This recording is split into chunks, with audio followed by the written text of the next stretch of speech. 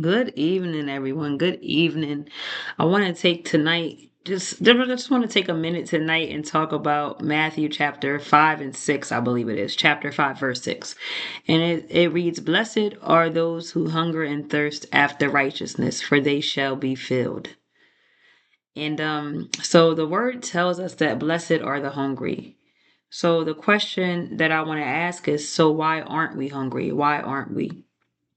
And it's a multi-level question because when we say we want more of God, we want to be closer to him, we want to, do his will, we want to, walk into everything that he has for our lives. We want to, just be closer to God, abide in him. We have these goals and these intentions and we, for God, but our pursuit is not matching it.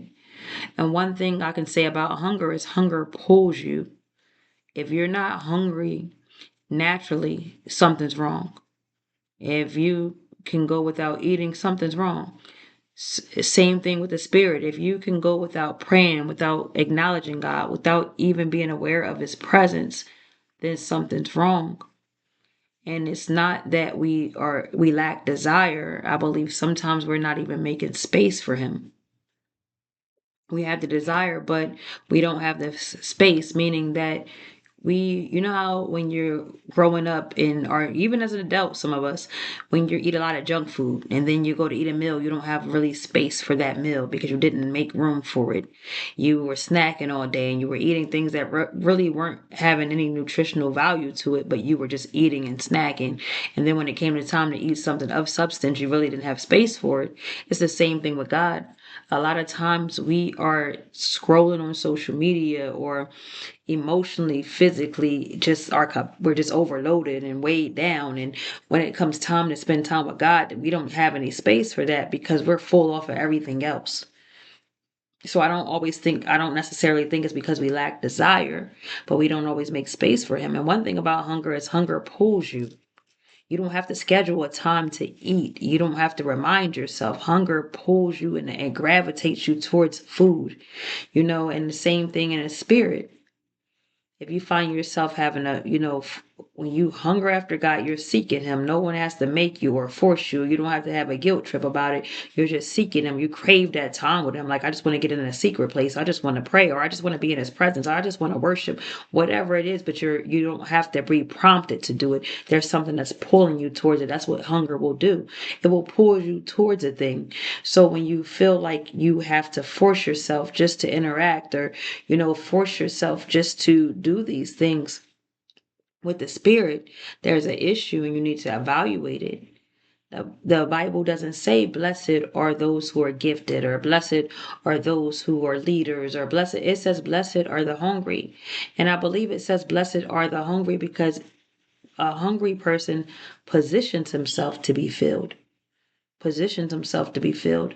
And that says a lot because a lot of times we can scroll or we can talk on the phone or we can engage in all these other activities. But when we go to spend time with God, it's like it feels like we can lose ourselves for hours doing things that really have no value. And then when we go to spend time with God, after about 10, 15 minutes, it feels like it's the longest time of our life. It's not because we don't love God, but our desire and our appetite is being trained elsewhere. I know you guys heard the saying that what you feed the most is what actually grows. That's true. Well, what you consistently feed gets bigger. And as sometimes I've been in positions where I felt separated from God or like I wasn't as close to him. And it feels like, well, how do I get back to that place? And a lot of times we make a demanding schedule. I'm going to read my word for an hour a day and I'm going to worship and I'm going to pray. And you know what God told me is even as in the natural, when you can't eat, to build your appetite back up, you have to consistently just eat a little, eat a little, eat a little, and then your appetite begins to grow for food. Same thing in the spirit. When you might not make a intention, you might make an intention, hey, I want to read for an hour, I want to do this, and you might be able to. But I found that when you really have that disconnect and you have to build your appetite back up, that sometimes, I want to read my word 5 or 10 minutes. And then you notice that you start then without even being prompted or reminding yourself. You're like, the middle of the day can come. You're like, hey, I want to take a minute to pray or read my word, and you don't know where it came from. I have an example about it because I hate water. I hate to drink water, and I went on a sugar fast where I didn't have any sugar, and so I was drinking a lot more water because I couldn't really drink anything else. So I was drinking water, and all of a sudden, after about a week, I began to crave water. And I've never craved water. It's something I've always had to force myself to do because I didn't have an appetite for it.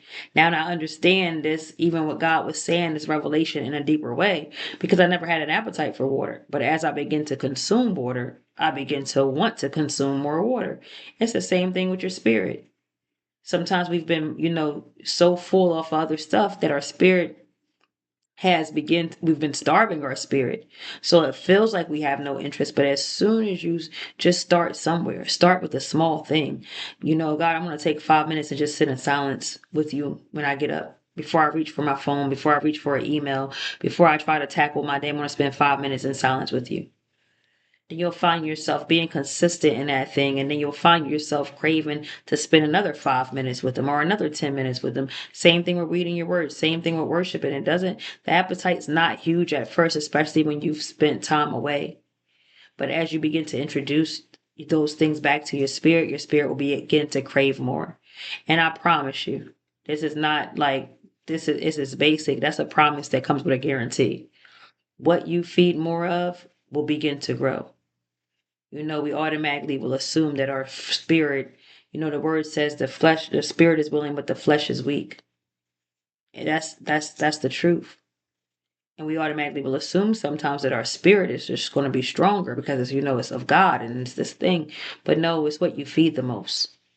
That's what gets bigger. So if you continue to feed your flesh, that's going to get bigger.